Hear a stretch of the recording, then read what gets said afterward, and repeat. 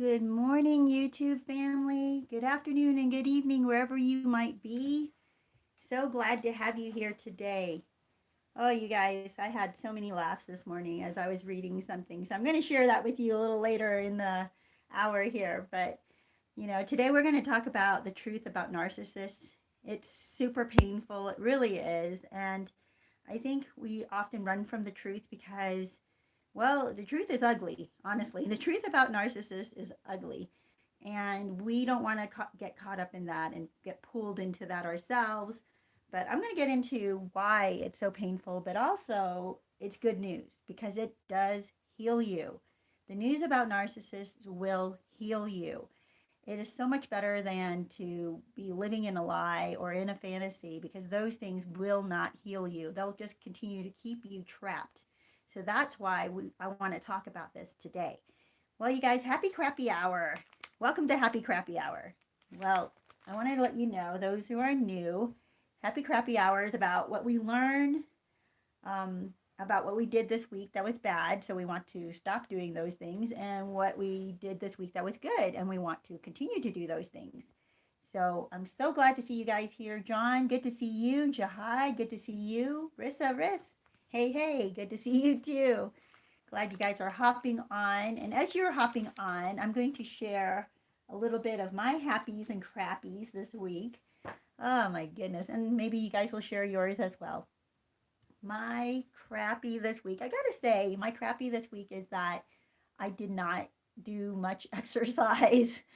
Oh goodness. Yeah, I kind of let off on that. Got pretty lazy. I don't know why. I mean, I knew I should, and there were times I could. And if you follow any of my other videos, my earlier videos, I have talked about if you don't have 2 minutes in a day to do some exercise, there's definitely something wrong with your day. Okay. It really just takes 2 minutes. If you could just do 2 minutes. In fact, I have a friend I'm going to be visiting later today, and she has some physical ailments, and I think a lot of her ailments could be solved if she were more limber. What I am reading out there is that people, dancers, they are very healthy. Holy cow. I've seen dancers into their 70s and they're still dancing. They are very limber. They're strong, they have core, they move. And if we could just do a little bit of that every day, just do a plie, right? Or a little lunge, do some stretching. And it's amazing how much flow you get when you start to do that. Anyway, my crappy is that I did none of that this week, or almost none of that. I did do a little bit of stretching, which saved me, but I would recommend that to you. I'm going to learn from that mistake, and starting right after this, I'm going to start doing my lunges. It takes all of 2 minutes to do a day, gets my heart going, and I do a few push-ups. Also, takes a few seconds a day to do push-ups, really, unless you're doing hundreds of them, which I am not. But if you can just do a few lunges and a few push-ups, you'd be surprised how much your body just gets toned up from those two exercises. And then do some stretching. And you do feel so much better when you do these things for yourself. So that was my crappy, but also I learned from it, so good thing, right?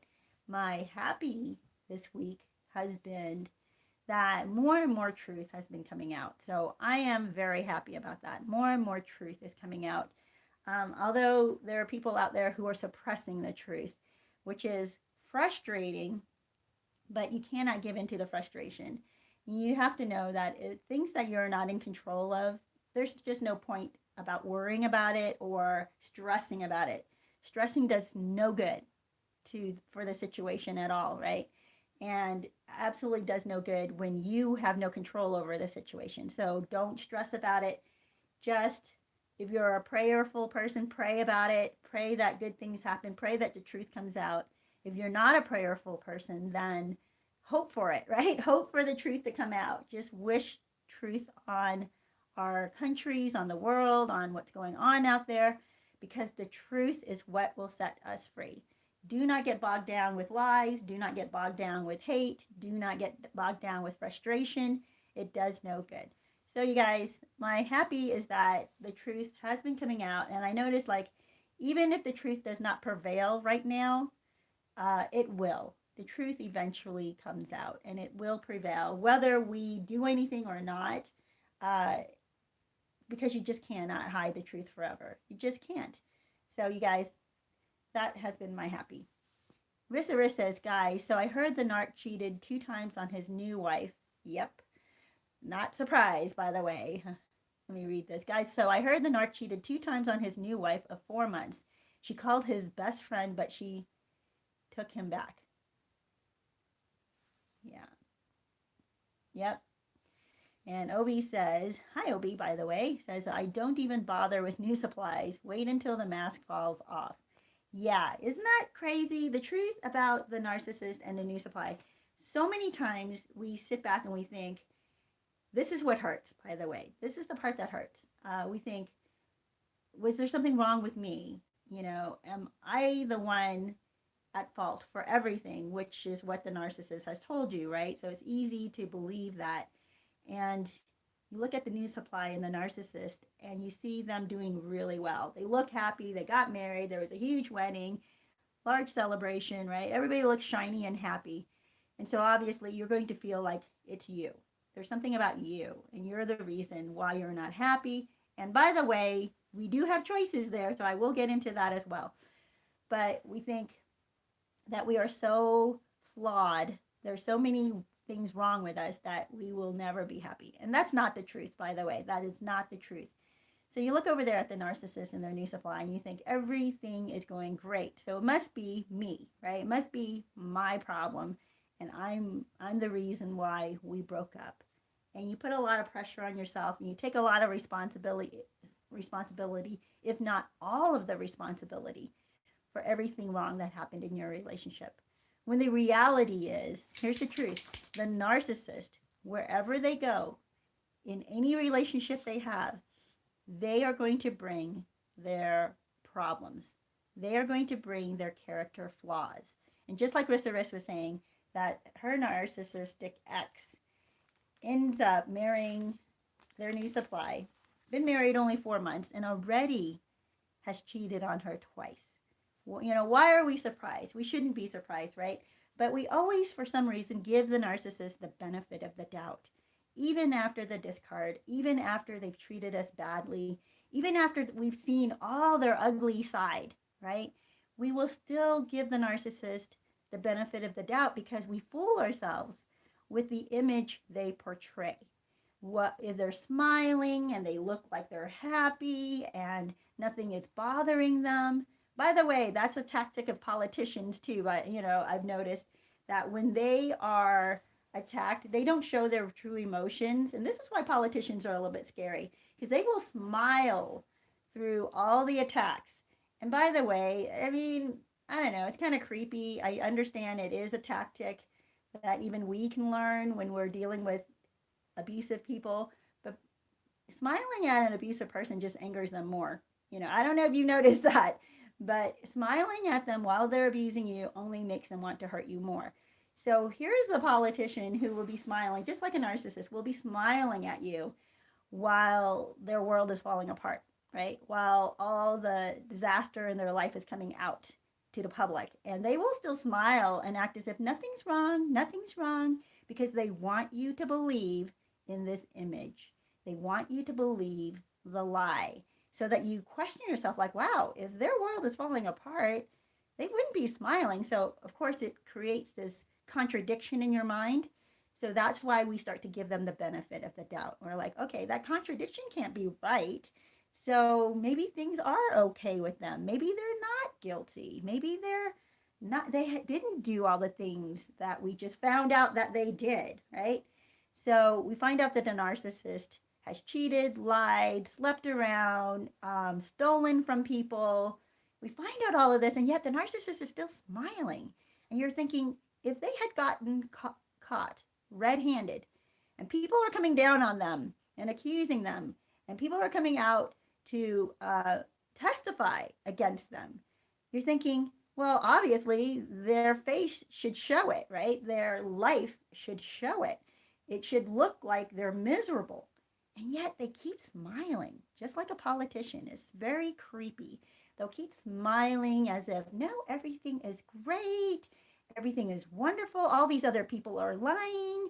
And then they act like they've got it all under control and smiling. And you think, well, maybe they're right. Maybe all these people are lying. Maybe none of this evidence is really there. And for a moment, you buy into their lie. For a moment, right? And that's all it takes, especially for the news supply. The news supply is so embedded into the lie and into the illusion that they cannot even process the evidence that comes out. Like a woman can show up at her door pregnant with the narcissist baby, and the news supply will still think, no, that's not really his baby, right? The news supply will still try to convert the truth or distort the truth or the evidence so that they don't have to face the truth, because the truth is painful, you guys. It is. We've all been there. The truth is painful. When the narcissist walks out, when they discard you, when they cheat on you, when they're caught in the middle of a lie to your face, it hurts. It's so painful. But the reason we don't accept the truth at times, and why the news supply won't accept the truth, is because we would have to act on the truth. Like our whole world would change if we accept the truth. The fantasy will fade and fall apart if we accept the truth. And we would rather hold on to a fantasy that's fun and loving and looks like it has a bright future than to accept the lie in that moment, or accept that it was a lie, and see the truth in that moment. Because the moment you see the truth, the lies come down. They just do. They fall to the ground, and you're left in this empty room like, what do I do with this? Like, my life used to be so full, and I had all these friends, and I had a great job, and I was in a beautiful relationship. Or, you make yourself believe it was a beautiful relationship because you went on trips maybe, or you had a few good moments, or the intimacy was fantastic, right? Sometimes. And you think you're going to miss out on all of that if you accept the truth, the ugly, ugly truth in the moment, that yes, indeed, he got this other woman pregnant. Yes, indeed, she's been sleeping around with your best friend. Yes, indeed, they have wiped out your bank account and there is nothing left there. It's not sitting somewhere else about to be transferred back into your account. And there are people out there who've had this happen to them. I have not had the financial thing happen to me, thank goodness. But when that happens, don't you feel like, how you walk out? I don't know if you guys have ever experienced this, but if you've ever had your car stolen, you walk out and you parked right in front, or you parked wherever it is, right? And you stand there, and either it's a completely empty space or some other car is now parked there. And for a moment, you go into this denial, right? You're like, okay, I must have parked somewhere else. I probably didn't, no, I didn't park here. Even though you did, right? You tell yourself, no, it's around somewhere. Maybe it somehow rolled down the street. You just come up with all these bizarre explanations for why your car is not there. But that doesn't help you, right? It doesn't help you find your car when you're believing that your car hasn't been stolen. When it finally hits that, oh my gosh, that's it, my car is gone. Everything in my car now is also gone. And you think about, maybe you left credit cards in the glove compartment. Maybe you left your purchases of the day in the trunk. Maybe you left, some important documents on the seat. And you're like, it starts to dawn on you. And suddenly you feel this blackness, this darkness descend on you as you realize the truth, as you start to accept the truth, like, my car is gone. But then you still keep fighting it, right? Just for a moment, you're like, well, maybe they tossed all my documents and all my credit cards out the window because they just wanted the car. So maybe I can at least recover that, right? You start to bargain. It's sort of like going through the 5 stages of grief, right? And when the truth comes to you, you do start to go through these 5 stages of grief. And that's why it is so hard to accept the truth. But let me tell you, if you're still standing there thinking, well, my car will come back, it'll come back one day. If I just sit here for a little while, they'll bring my car back, and whoever took my car will realize they didn't really want it and they want to do the right thing. So they'll bring it back and they'll see me sitting here on the curb, and they'll just pull right up and hand me the keys, and I'll say, you know what, since you brought it back, I'm not going to report you, and have a good day, right? You're imagining the best possible scenario that could happen because you don't want to deal with the grief. You don't want to deal with the grief of loss. And this is the exact same thing that happens with a narcissist. When the narcissist destroys your world, your existence, your present, the relationship you thought you had, the future you thought you were going to have, all your investment in them walks out the door. When that happens, you go into this denial. Like, well, they just need to blow off steam. Yeah, they said they're moving in with somebody else, but it's not going to last. They'll come back in a week, right? And you even prepare yourself to take them back. You even prepare yourself for their apology and how you're going to accept it, or maybe make them pay a little bit and then accept them back, or conditions you're going to give them, but you want them back.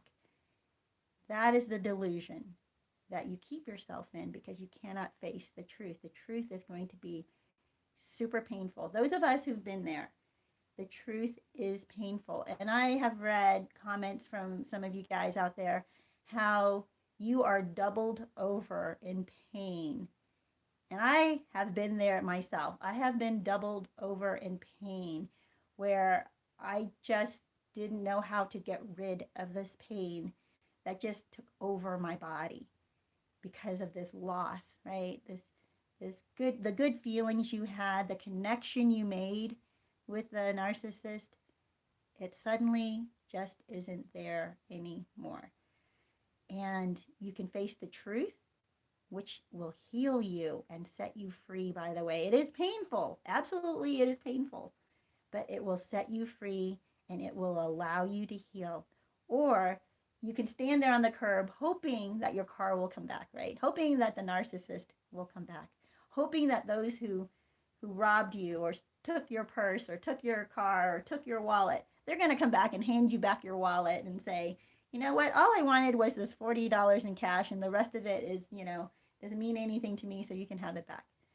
We wish and we hope for the best scenario. And there's a time to hope, but there's also a time to face reality and say, what was this?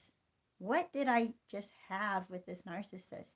And that's what the new supply does not do, especially if they have married the narcissist. They had this whirlwind romance and proved to everybody how perfect they were for each other and how all their lives they've been waiting for one another and how this is the best person they've ever had in their life.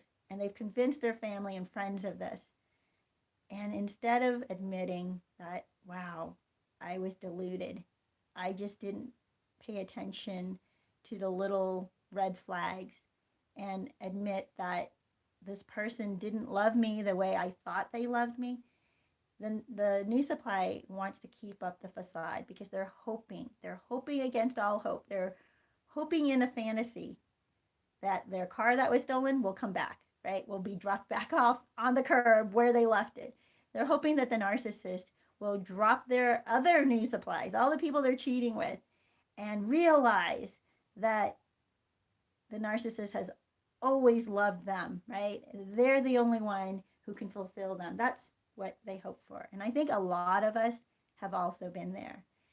And only to see now, and some of us now have seen all the ugly of the narcissist, like being taken to court, right? Maybe the way they have manipulated your family to go against you. Maybe you've seen how they've manipulated your children to go against you and have used your children to further their their control on you, you see this happening now, and you see that darkness. You see the reality of who they really are. And it's devastating. I'll tell you, yeah, it's devastating. But guess what? Here's the good news. The good news is you are coming out of the delusion. You are coming out of this fake world, which was never there. Okay. It wasn't there to begin with. And you have an opportunity now. You have a chance at a good life now, because you cannot have a good life living in a delusion. You just can't, right? I kind of think back to, I saw an interview recently that just, I don't know if I should tell you about it, but it was with a politician, and she was saying how, we represent them. We represent them. And the interviewer was telling her, well, and the interviewer, by the way, is of this politician's party, all right, is on the same side with the politician. But the truth has gotten to the point where they realize that the constituents, the public, the citizens are staying poor. Their cities are getting ravaged. They are living in tents now. The streets are littered with garbage, and businesses are destroyed. And this reporter asks the politician, let me think of what the question was. Why won't you give to these people some help? And that politician is like, well, you don't know what we're really dealing with. And you don't know that just giving them, agreeing with the other side and giving our constituents what they want is going to actually help them. When in reality, it will help them.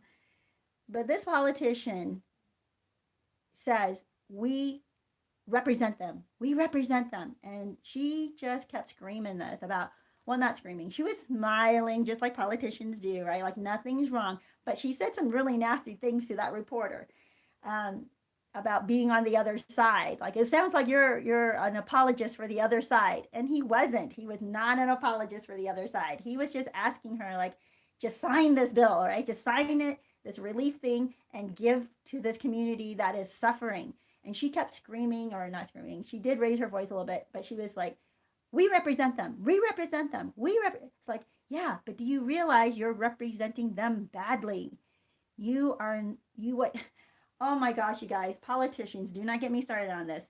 Lifelong politicians, they know how to work the system. They know how to squeeze taxpayer dollars from us to feed themselves. So do not listen to them when they say, I have this program and it's going to do everything for you. What they mean is this program, and they'll say, the government will pay for it. The government will pay for it. Guess what? The government produces nothing. The government is not a manufacturer. The government does not earn money. It collects money. It collects money from those who produce and earn money. So when a politician tells you the government's going to pay for this, what they mean is taxpayers will pay for this. So if you're working ever in your life, if you have a job, your taxes, we're going to take more of your taxes to pay for this program. Know that. But a politician will get you to believe the lie. And you want to believe the lie because the politician will smile to your face and say, we're representing you. We're taking care of you. We hear everything that you're telling us. And at the same time, you see them drive off in their, $80,000 car and into their $6 million mansion. And you're like, and they don't even live in your district anymore because they moved out. Like, how are you even being elected back into office now that you don't even live in this district anymore? By the way, that's not supposed to be accepted either. I'm not quite sure if their party or this party has changed their rules or in that state or whatever, but what I know of is the politician is supposed to live in the district that they represent. At least that's how it is where I live. So here you have these crazy people who are lying to you, who want you to believe the best about them, give them the benefit of the doubt. And we fall for it, just like the New Supply does with your narcissistic ex, right? Because to believe the truth means that you're going to have to deal with the truth now, right? To believe the truth and to acknowledge the truth that this politician or this narcissist never cared for me. First of all, it's embarrassing because you have to humble yourself to accept that you loved that narcissist. You believed and trusted that narcissist or politician, right? If it's a lifelong politician, you were behind them all the way and you yelled at your family and friends about how much you support them. And now you have to humble yourself and say, wow, I was wrong. They are terrible. They are using us. They did lie to us, to me, right? And that's humbling, you guys. The truth is humbling because we have to accept our part in it. We have to accept that we believed it. We have to accept that we played into it. And I think in many cases, not just some cases, in many cases, we even helped the narcissist keep up the facade, just like the new supply does now, right? You see them, you see the narcissist, or have heard that the narcissist has cheated on their new supply, on their new spouse. And the new spouse will keep taking them back because they have to keep up the illusion. Because it's so humbling and so painful to admit that this terrible person was using them. It makes you feel victimized, right? It makes you feel powerless when you admit that someone used you. And that's what narcissists do. And that's what lifelong politicians, oh my God, not all of them, I suppose. There are some that fight the good fight, by the way. I do believe there's some out there who are not actually politicians, like they have other jobs, they've had other careers, and then they get into politics because they see it needs to be changed. Anyway, I'm getting off track there. What I want to say is that the narcissist will bank on the fact that you will be embarrassed to admit the truth. So you will continue to come along with them in their delusion and protect them, by the way. I remember, oh my gosh, you guys, I'll tell you this story and then I'm going to get into some of the comments because I want to hear what you guys have to say. But I remember a while ago, I don't know, it's been quite a long time ago. I was pretty young. I was just a teenager, and I remember visiting a family friend. And this family friend had an adult daughter who was married to this guy. Now, looking back, I realized, holy cow, that was messed up. But when I was a teenager looking at their relationship, I had no clue. I had no clue how bad it was. Well, the daughter of this family, she was married to this guy. She had her own salon or some business, and she was doing really well. And she met this guy who was, I guess, attractive, you know, handsome, athletic, very outgoing, just personable. I remember that about him. He was very flirtatious with everybody, even the teen girls, okay, you guys? That's how I know about it. So he was very flirtatious even with us. And I just thought he was funny and fun, and he paid a lot of attention to all the girls. And so we, of course, loved it. And we're like, oh, he's so fun. But then something kind of struck me as weird. I remember we were swimming around. They lived on this lake, and which is so nice. I wish I could live on a lake. But anyway, they lived on this lake, and we were in the water swimming around, and he loses his wedding band. I mean, it was a big, thick wedding band. I've seen some thinner ones and some normal size. It was a big hunk of gold, all right? He loses it in the lake. And if you know about lakes, it's swampy. You know, it's very muddy, dirty at the bottom. You're not going to see much. The water is murky. It's not clear all the way down to the bottom. At least this lake wasn't. And his response was hardly anything at all. His response was like, oh, well, I lost it. No big deal. The wife, however, she had to compose herself because she didn't want to lose her mind in front of all of us, I guess. And she accepted it. But you could see that it was really upsetting her. And I thought about this through the years, you know, and we had a few other interactions with them. And I thought about this through the years, and especially now that I'm doing this channel, I don't think they're still together. There's no way they're still together because it was very obvious. Even as a teenager, I thought, there's something wrong here. That's not right. Like he should be upset and he should be diving down, even though it's murky and all that. He should be diving down trying to find his ring. He should be very apologetic to his wife, like, oh my gosh, dear. Oh no, because I think she bought the ring. That's the other thing. I don't think he had any money. I think she bought the ring. And to a narcissist, it won't matter to them how much they damage or destroy or lose what the other person has gotten for them. And then they'll make the other person, their victim or their spouse or their new supply, feel guilty for being mad at them. Okay? I know, it's so totally warped up and crazy. So anyway, he tried to play it off like it's no big deal. Don't get worried. Why are you worried about this, to his wife? And in the meantime, I could see like her face just drain out, the blood just drain out of her face.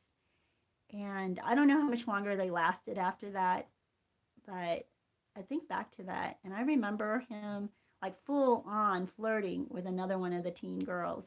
Just, I don't know. I just thought like, what? That's weird.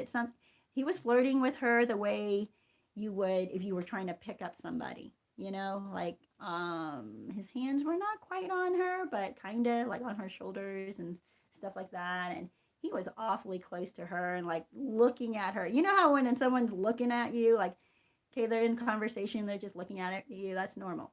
But when someone is like intent at looking at you with intensity, like just almost lust in their face, right, in their eyes, that was what it looked like when he looked at this other teen girl that was there.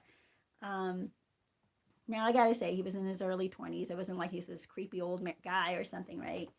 So, yeah, that's what happens when a narcissist wants you to believe their lies, downplays everything that they do to you that hurts you, and then they expect you to go along with it. Otherwise, they will guilt you for being the bad person, for being unforgiving or intolerant. Why are you so intolerant? Why are you so impatient? Why are you so critical? And it's like, I'm not being critical, but you just lost at the time it was probably $1,000 ring, which today would mean what, $5,000 gold band? That's pretty hefty, I think. So, I mean, it just gets me when I think about what narcissists do to the new supply and have done to us, that they don't change. That's the truth of it. They don't change. Well, you guys, let me get into excuse me, let me get into some of these comments. Yeah, denial's an ugly thing. Yeah, Obi says we're waiting for the love bombing to return.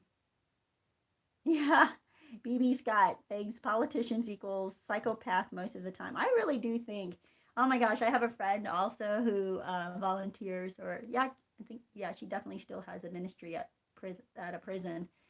But during this time of shutdowns and stuff, she hasn't been able to go. But she'll come right out and say, you know what? They're sociopaths. They are. And by the way, politicians, I think, are the same. It's like to get into that and not lose your freaking soul has got to be really hard, because you're surrounded by other crazy slime balls, by the way. You're just surrounded by people who have mastered the art of delusion, mastered the art of, you're right, the smirking. Someone else, Dura, says, no smiling, he was smirking. Yeah. So that's what politicians do. They'll smile and you think that, the smile does not match, doesn't go with the current situation. How can they be smiling at this time? So polished politicians will do that. And I kind of noticed that too. I was like, oh, you know what? And it irks me. It does. It irks me because I wonder, are there people who are falling for this? Are there people out there who are, and I think psychologically a smile is more inviting, obviously, than someone who is showing frustration or fear in their face, right? So I think that's why politicians will smile through accusations, even accusations that have evidence behind them. They'll smile even though the evidence is being presented right in front of them. It will have to be a certain point. They will stop smiling. I'll tell you when. They will stop smiling when the show is over, when they are backed up against the wall and they have to face the truth. That's when they'll stop smiling.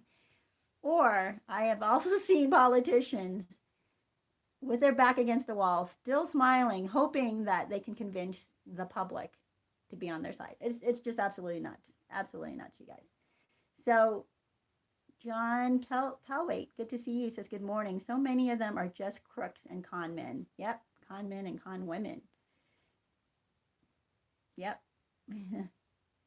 BB Scott says, did you watch the Pockets of the Future channel video? Pockets of the Future. No, I haven't. I will check that out. Oh, yeah. Obi says, escape from Crazytown. Is it healthy for two wounded people to hook up? No, it's not, by the way. I mean, here's the deal. If you're wounded, it doesn't mean like, okay, you're going to live the rest of your life alone. And we all are wounded at some point. None of us is ever perfect, all right? None of us can get through life without a single wound or some wounding that might be hidden. There's always something, okay? But if you're wounded and you know what your wounding is, maybe it's trust, right? Maybe it's intimacy. Maybe it's self-esteem, right? You know you're wounded. Work on those things. But you can work on those things with other people. You just don't have to get intimate with the other people who are working with you, right? Leave that part out. You can have friendships, you can date even, but do it casually. Don't jump into bed right away, because that just opens up another can of worms. And not only that, it also hides the wounding, because you can escape your wounding for a moment or for some time, quite some time actually, and not deal with your wounding while you're focused on the intimacy. But guess what? The intimacy always turns bad. It gets ugly. It creates a condition for ugliness to come in because you're not ready yet for attachment to another person, right? You don't want to attach to somebody else that you know you're going to hurt because you're so wounded. You don't want to do that. You want to go to somebody who's a friend, who's willing to listen to the pain that you're going through, and possibly a therapist, or come on here. And every week, we go through the issues that we've all been in. Some of us are still going through it, right? Some of us, years down the road, are still going through this and need to rehash it for the 11,000th time, okay? Right here, it's safe. Right here, it's good to do that because you're not boring the heck out of the people in your life. You're not annoying the heck out of the people in your life who've heard your story 1,500 times, right? You are able to repeat your story here however often you need until you get the truth, until you heal from it.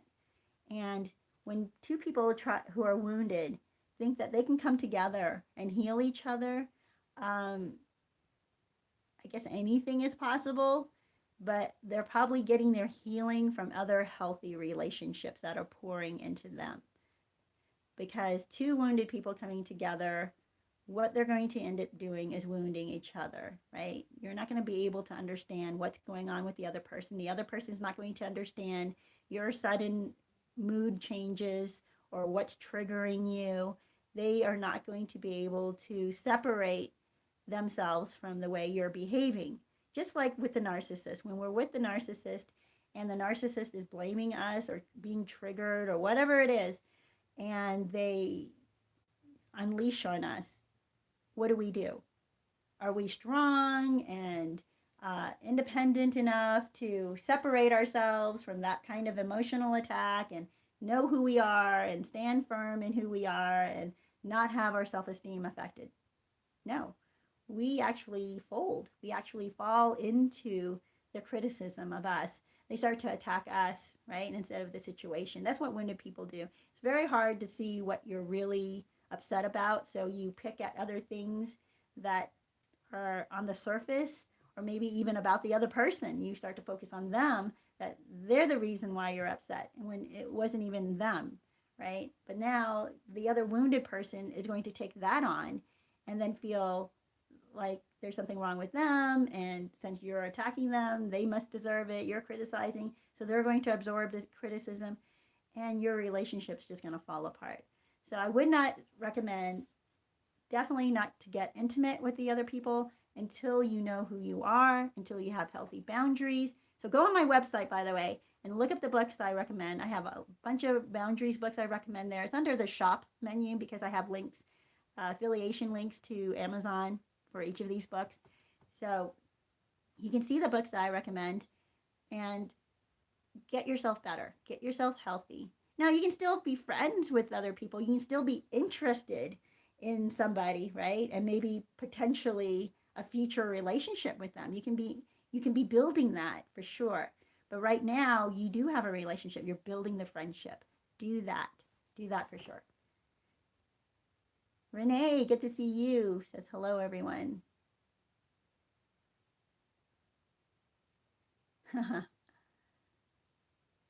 Yeah, I'm sorry. I'm just going back here.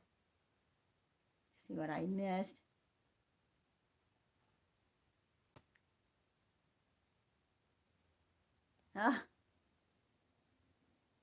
Aw. Rissa says, today I had a meltdown.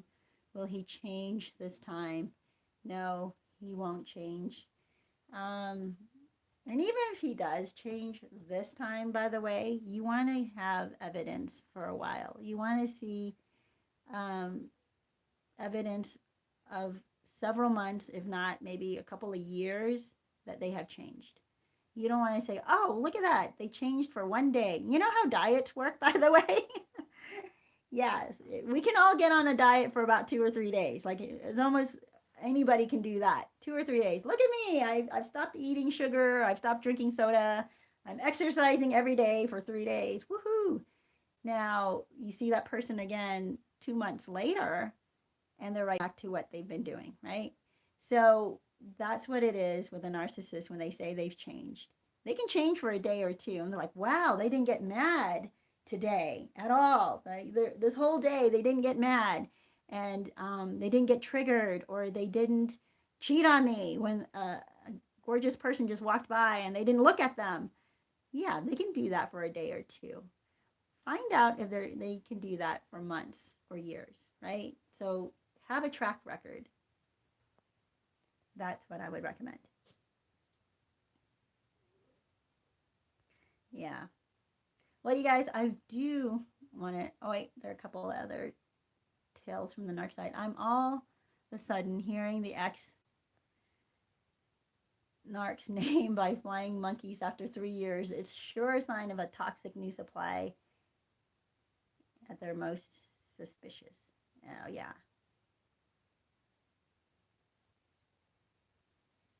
Yeah. I have heard about the narc too, after a while. I was like, you know what? Just ignore it. And then I'll try not to ask about it. Not just try. Don't ask about it. Don't ask about the narc, because the more you find out about the narc, the more you're going to get pulled back into this horrible dark hole. Excuse me, you guys. This horrible dark hole with the narc. I need to take a break here and have a drink of my water.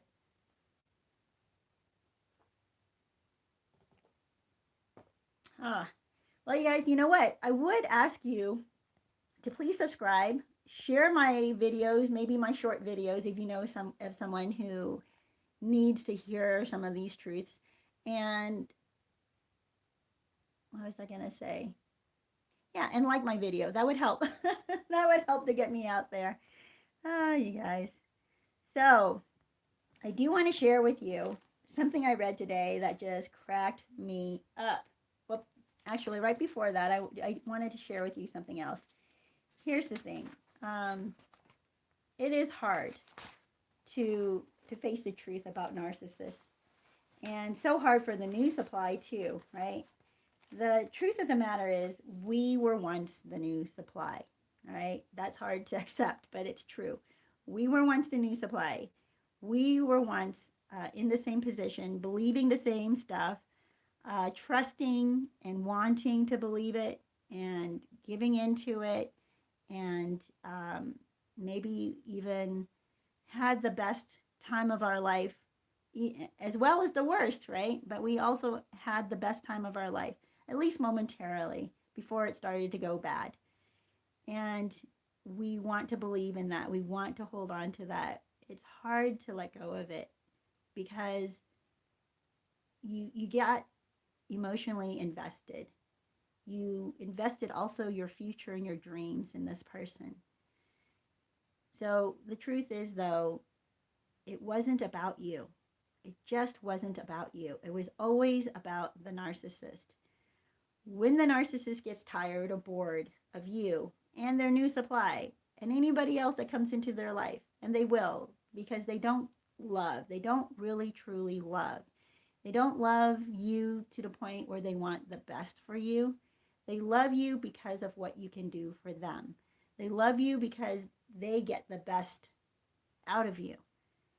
So, the way I love now with my current relationship, my husband shows me a real love.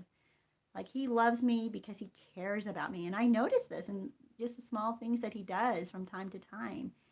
You know, is he perfect? No. Am I perfect? No. But I notice that he actually cares about me. Like, if something bad happens to me, he would care about that. With a narcissist, if something bad happens to you, what they would care about is how it might damage them, how it might take away from them.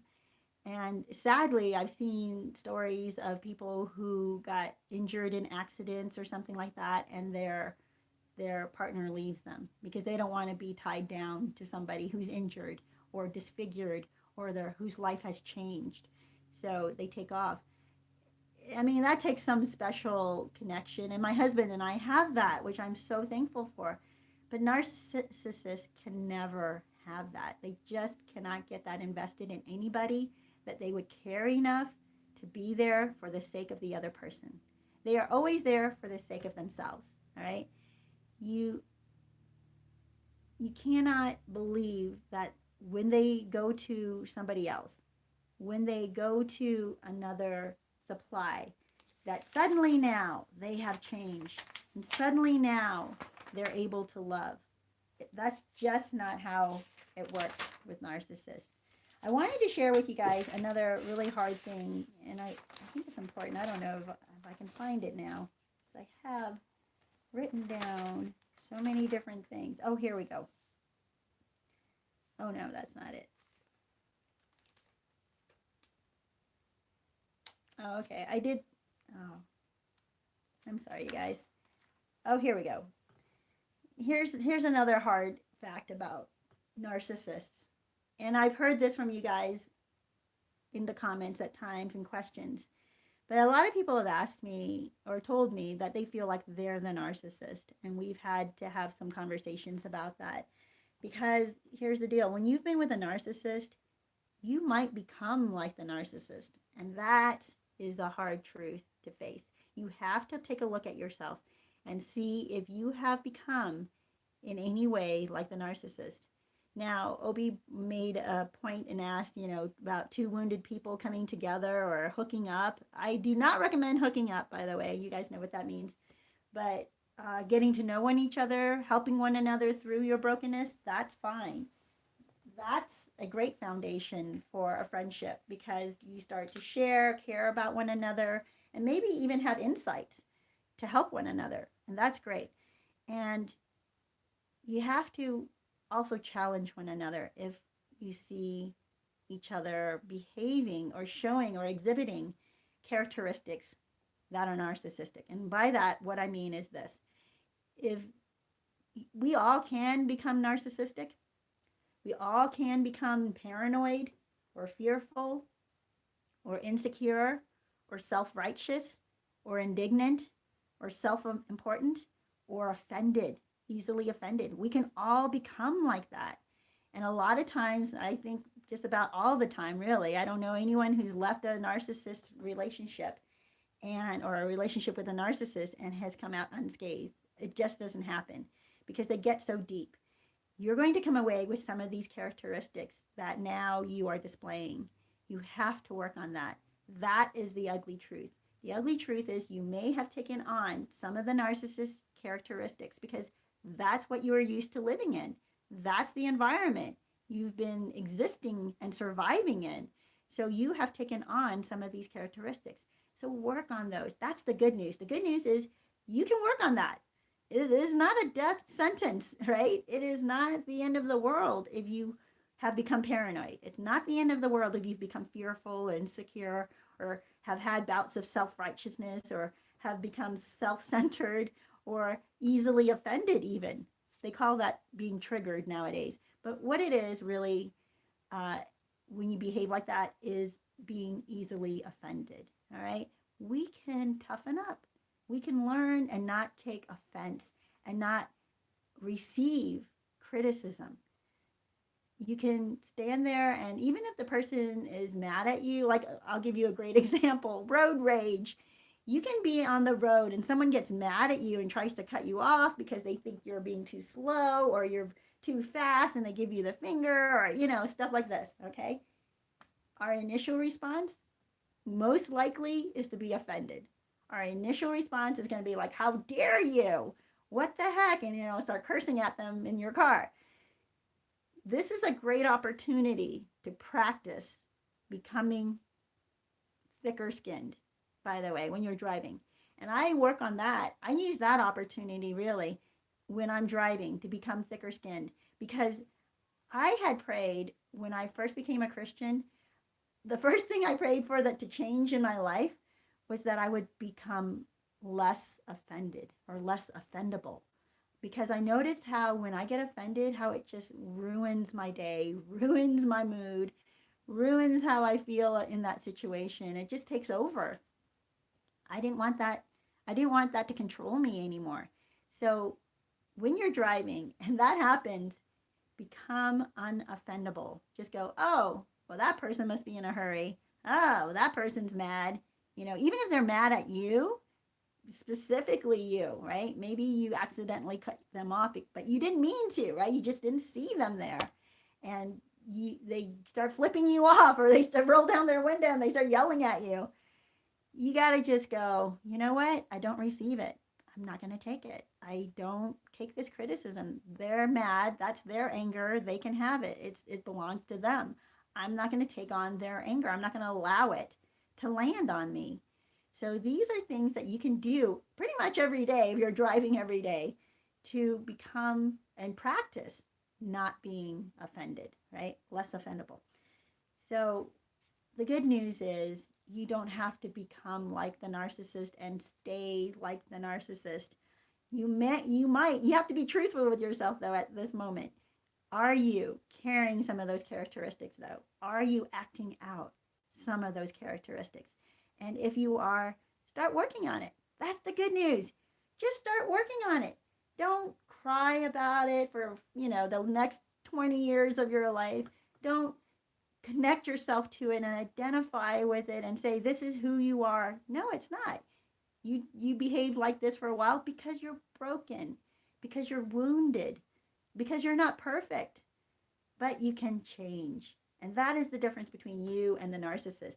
And also, the difference between you and the new supply, because the new supply has to live in the delusion and in the betrayal and in the psychotic crazy town world of the narcissist.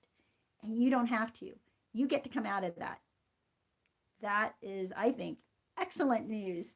Yeah. Don't allow it to make you behave badly. All of these things, right? And always be in control of these feelings. And don't let the feelings control you, or you will become like the narcissist. You get to choose. I want to share with you something that I think is really important, and that is to find your ground floor.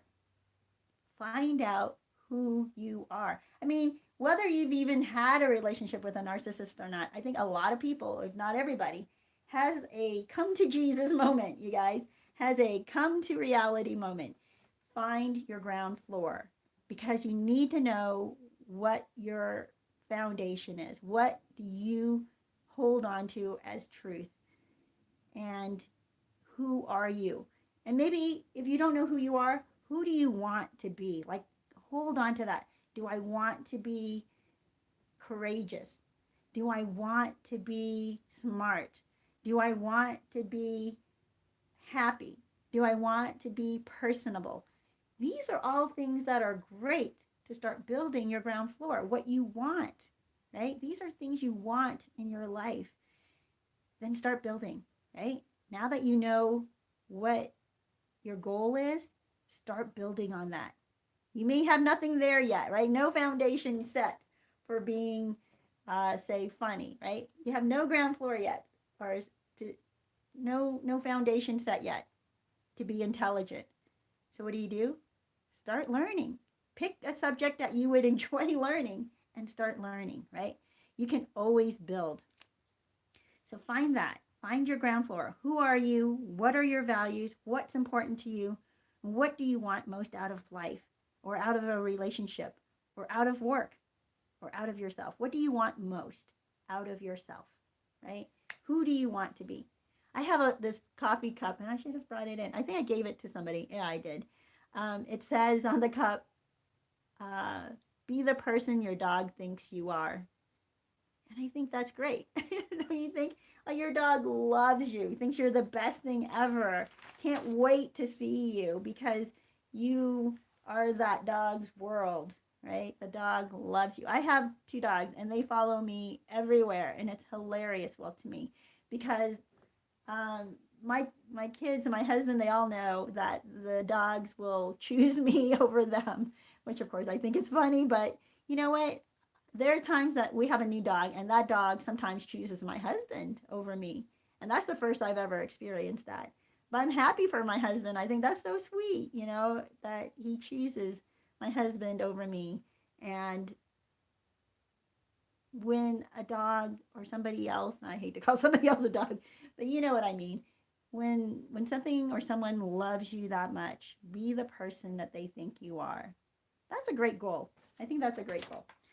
But I want to share with you guys, this is so hilarious. I have been reading, and I don't know if this is appropriate. This is my politically incorrect moment of the day. Maybe we'll have this politically incorrect moment segment in each of our happy crappy hours, because I think it's time to stop being so offended.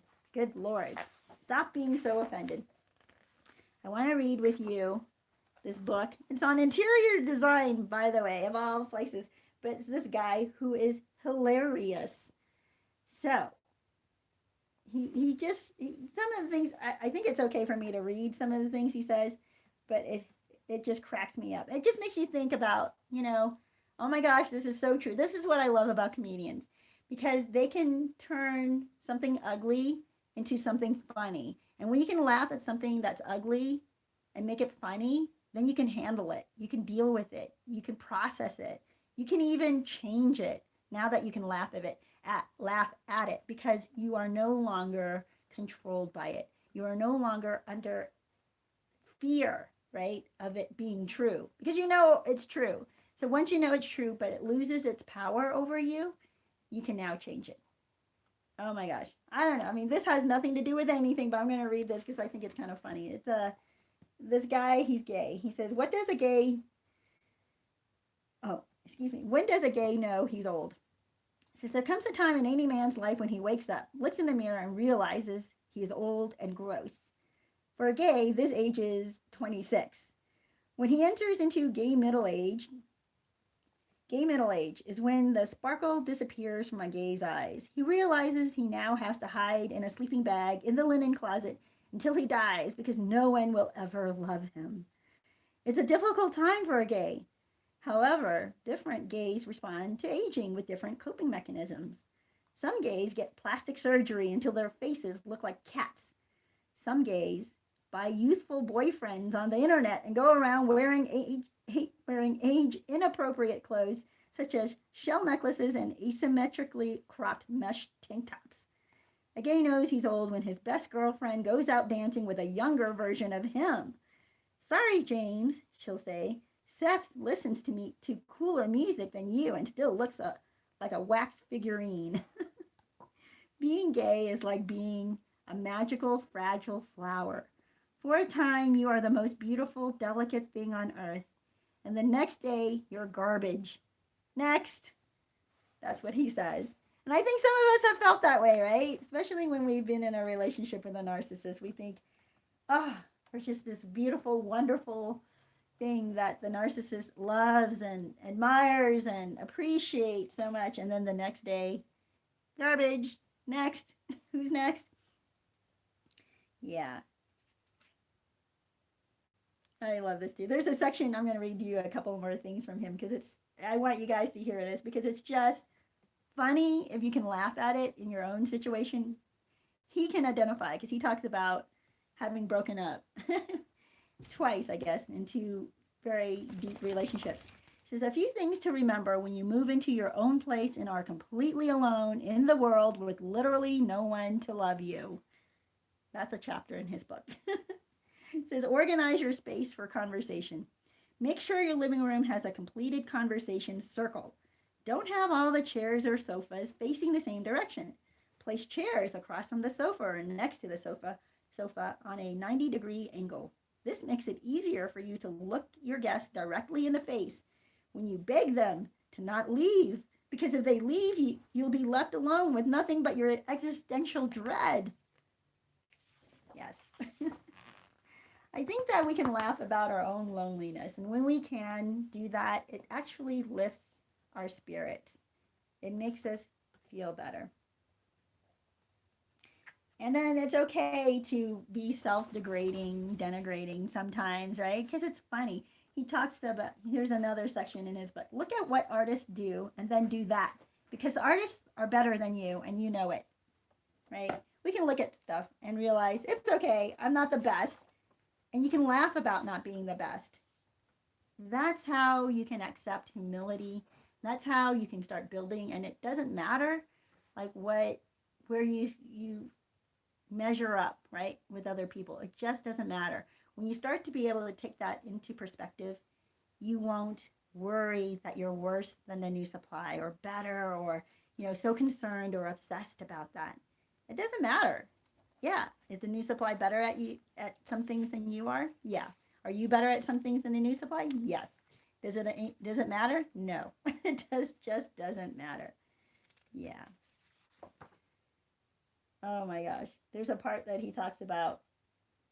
Oh, let me see if I can find this because it was silly. I don't know if I marked it though.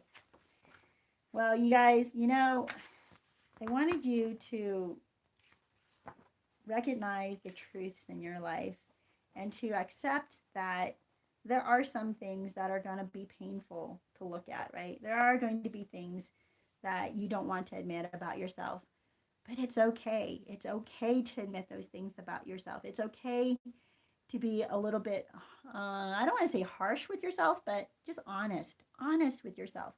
Say, oh my gosh, I can't believe I used to do this, or I have done this, or I think this way, or even today when I was in traffic and I got mad at somebody and I had the road rage, right?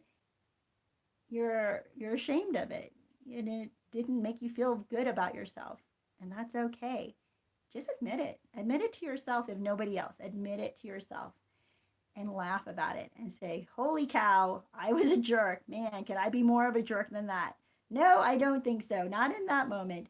And then you change and you say, okay, well, how am I going to change this? When am I going to practice not doing that? And like I said earlier, you can practice on the road all the time. It is amazing how much practice at patience and being unoffended you can do. How much practice you get while you're on the road. Yeah. I just love this. I don't know if this is something, I can read this to you. It really has nothing to do with anything, but I think it's kind of funny. It says, it's a small ass world after all. He tells you to incorporate all different styles from around the globe, add accents from all over the world, so you feel the art and culture from people all over the world as a replacement for any real human interaction you may have experienced when you had roommates or cohabited with a loved one or someone who pretended to love you for a hefty savings on rent.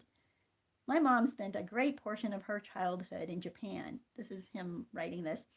So she was always like, we're Japanese. Just kidding. She never said that. That would be racist. And quite frankly, it's pretty racist when racist you even thought I was serious just then.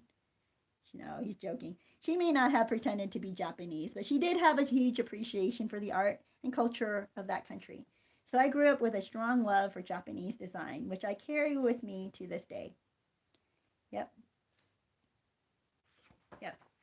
So, you know what? It's okay that we discriminate from time to time because we have likings. That's what people do. That's what discrimination really is, by the way. It's just a preference of one style over another. And you can even have preference between friends, right? You might prefer one friend more than another in different situations. Like one friend's great to go partying with, one friend's great to go dancing with, one friend is great to go drinking with. But then, you know, you have that one friend who, when they go drinking with you, is always a disaster. You don't want to ever go drinking with them. It's okay to discriminate, by the way. And discriminating is really discernment. It's saying what you like and what you don't like. Now, if you're discriminating based on just someone's appearance, you know, like their skin color or I don't know, don't do that. That's crap, okay? That's total crap. Yeah. Anyway, you guys, I hope that you got something out of this today, and I hope that you are able to face the truth for yourself. It hurts, it sucks, it's dark, and it's ugly, but it will set you free. It will wake you up to reality so you don't have to live in this psychotic politicians world. By the way, I hate it. I look at these politicians. Oh my gosh, so much is coming out, by the way. So much is coming out. They are revealing themselves to be the slime balls they've always been. Really, they are. And they expect you to be so stupid and to continue to believe their lies. That's the crazy part to me, is that they continue to lie and cheat and steal from you, and they will still expect you to believe it, just like the narcissist does, right? They will lie, cheat, and steal from you, and they expect that you believe them. Because if you don't believe them, then you're being critical, you're being harsh, you're being intolerant. Like, yeah, I am intolerant. I am intolerant of the way you cheat on me. It's okay to be intolerant of that, you guys. Don't get rid of your barometer or your ability to see right and wrong. Don't confuse yourself with the narcissist's lies. Don't surround yourself or immerse yourself in their lies and their betrayal, because that's when you feel like your world has turned upside down. And that's why you feel lost or depleted or empty. And that's where the new supply is. They are going through that right now. Even if on the outside, and you know this and I know this, even on the outside, it looks like they're having a great life.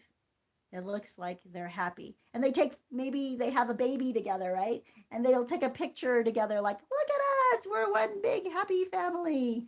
And everybody is happy because we're all smiling for this picture. And then they're arguing to the point of like nearly crashing on the way home. So what the heck, right? Don't fall for it. Don't fall for the fake smile. Don't fall for any of that. Focus on the facts. Focus on the truth. Always allow the truth to come in, no matter how ugly it is. And part of it is going to be hard because part of it involves you. Part of it will wake you up to the fact that you were also once there. You were also once taken advantage of. You were also once naive. You were also once trusting and wanting to trust.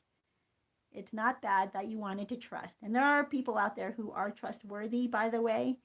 Just don't allow yourself to run away with a fantasy.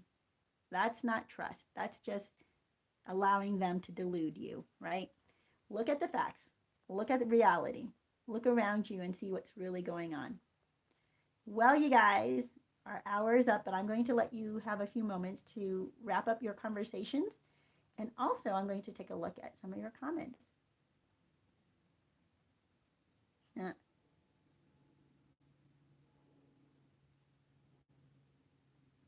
Yeah. Well, here's the deal. I know someone's like, for now there are a lot of, I'm going to say narcissists, you guys. Not the term that you're using, although it is a good term. It seems like there are a lot of narcissists in the town, and that's because of how people have become more self-focused. Not all people are self-focused, by the way, but we're all what do you call it? Not just efficient, it's preserving, right?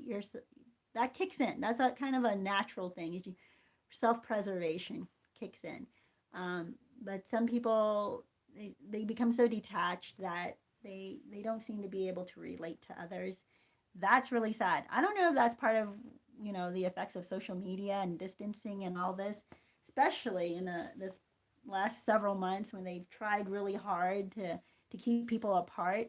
I read an article yesterday that said, elderly people, they're the most at risk, but they've always been at risk. I remember when I was a kid and we would get measles or chicken pox, and the concern was always for the older people, like, old people who've never had it.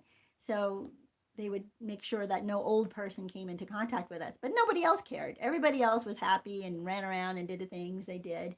And even the relatives of that old person would still interact with the kids who have chickenpox. They just wash up and, clean their hands and stuff before they went home. But nowadays they're saying how the elderly, if they're susceptible, they have to be isolated. They have to be kept apart. They cannot they cannot interact with other people. And the article went on to say that most elderly people would prefer to just die than not have interaction again, right? They don't want to go through what they just went through these last several months. It has been hard. I also read, and I got to find this article, the actual article. I read somebody's comments on a different article that was saying that there were two elderly people, I think they were each 72 years old, who killed themselves. And that's so sad. It was because I think they got to the point where they felt hopeless and they wanted to be together in the end. They did not want to be separated. They did not want to also be separated from their loved ones anymore. And they just didn't want to go through this anymore. People are going through a very hard time right now, and it is super, super concerning to me. That's why I want to make sure that I keep providing this channel, I keep providing these live streams, because you have a community here. Even if you're isolated and even if you're an introvert, like some of you guys are, and I am too, we still need to be connected. No one is an introvert to the point where they need nobody else ever, right? But this is a good place for you. This is a good place where you can come and reconnect with people and share ideas and have a couple of laughs and share our misery. Because when you can laugh about your own misery, others can laugh with you. And it's kind of funny, actually. It really is.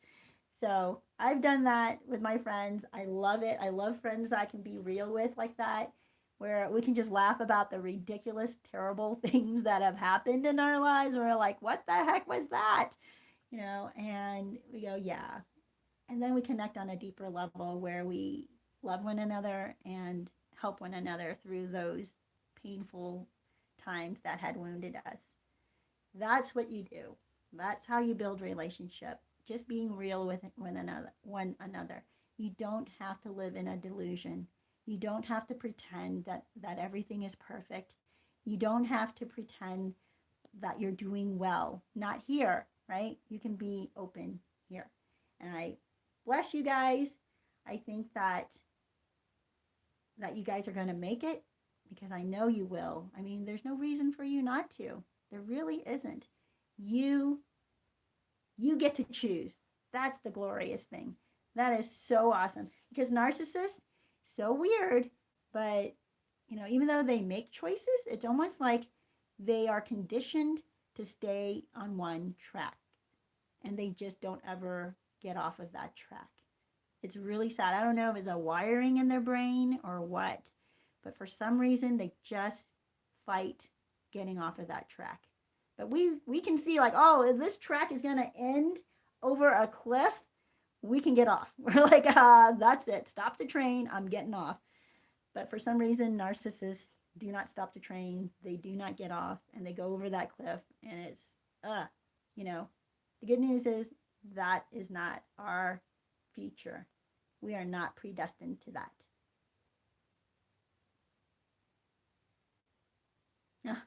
Yeah, Tales from the Narc side says, right, we were doing no contact before it was mandated by the tyrant government. Yep. Eh.